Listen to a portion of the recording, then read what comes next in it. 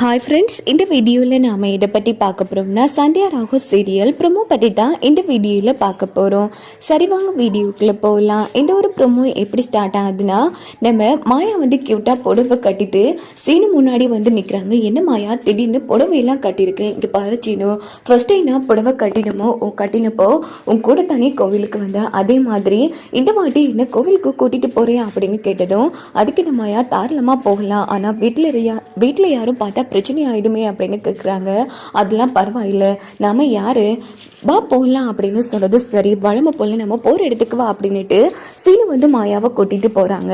இந்த பக்கம் சீனு வந்து என்ன மாயா திடீர்னு கோவிலுக்கெல்லாம் போகிறேன், புதுசாக புடவையெல்லாம் கட்டுறேன், இங்கே பாரு சீனு, நீ மட்டும் இல்லைன்னு சொன்னால் நான் இந்த போலீஸ் ஸ்டேஷன்லேருந்து வெளியில் வந்திருக்கவே முடியாது சீனு, அதனால தான் கடவுளுக்கு நன்றி சொல்லிட்டு வரலான்னு போகிறேன். ஃபர்ஸ்ட்டு உனக்கு, அதுக்கப்புறமா கடவுளுக்கு, நமக்குள்ளே எதுக்கு மாயா நன்றி அப்படின்னு ரெண்டு பேருமே வந்து க்யூட்டா அந்த இடத்துல சைட் அடிச்சுட்டே போகிறாங்க. இங்கே பார்த்தோம்னா ரெண்டு பேரும் கோவிலுக்கு வந்ததும், என்னம்மா மறுபடியும் வந்திருக்கீங்க, இந்த வாட்டி கோவிலுக்கு வரும்போது குழந்தை பாக்கியத்தோட வருவீங்கன்னு பார்த்தா இப்போ சாதாரணமாக இருக்கீங்க அப்படின்னு பூசாரி கேட்டதும் மாயா வந்து வெக்கப்படுறாங்க. என்ன இது, சீனு வந்து அதிர்ச்சியாக பார்க்குறாங்க. அன்னைக்கு பெருசாக பேசிட்டு இருந்தா இப்போ என்னன்னா வெக்கம்லாம் படுறாளே, இது புதுசாக இருக்கே அப்படின்னு யோசிக்கும் போது, ஐயோ சுவாமி அதெல்லாம் கிடையாது அப்படின்னு சீனு சொல்ல வரப்போ மாயா வந்து தடுத்து நிறுத்துறாங்க. அப்படித்தான் என் புருஷனுக்கு சரியான குறும்பு, கொஞ்சம் காலத்துக்கு தள்ளி போட்டிருக்க சாமி, அவ்வளோதான் அப்படின்னதும் சீனு வந்து வாயில கையை வைக்கிறாங்க. சரிம்மா அப்படின்னு சொல்லிட்டு பூசாரி உள்ள போனதும், மாயா என்ன பேசிட்டு இருக்கேன், இந்த விஷயம் வீட்டுக்கு தெரிஞ்சுக்கணும் எவ்வளோ பிரச்சனையாகும் தெரியுமா, விடு சீனு, எல்லாம் வந்து காமெடி தானே அப்படின்னு சொல்லி ஃபன்னா பேசிட்டு போறாங்க.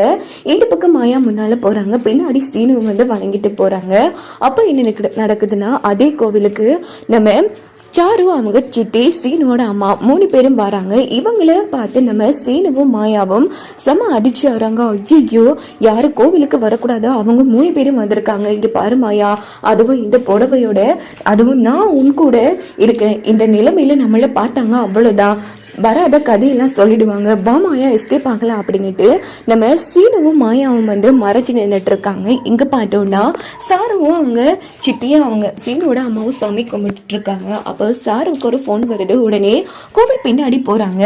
இந்த பக்கம் நம்ம சீனுவும் மாயாவும் மறைஞ்சு நின்று பார்க்குறத சாரு வந்து பார்த்துட்றாங்க. இது பார்த்த சாரு அதிர்ச்சி ஆகிறாங்க. இது அந்த சீனுவும் மாயா மாதிரி இருக்கே அப்படின்னு பார்த்தா அது சீனு மாயா தான்.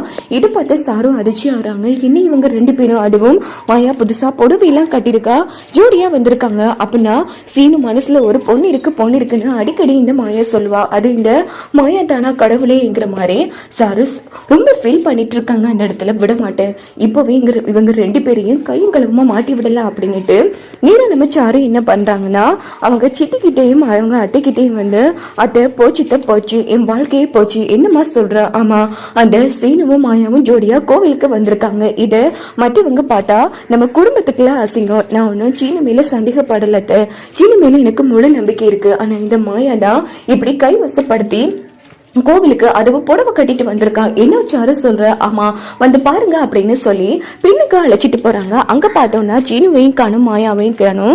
என்னம்மா சொல்லிட்டு இருக்க, யாரு இருக்கா, யாரையுமே காணுமே அப்படின்னதும் இங்கதான் இருந்தாங்க அப்படின்னு செம அதிர்ச்சி ஆறாங்க. இங்க பார்த்தோம்னா சாரு மாயா, நம்ம சீனு மாயா வந்து எஸ்கேப் ஆகுவாங்க.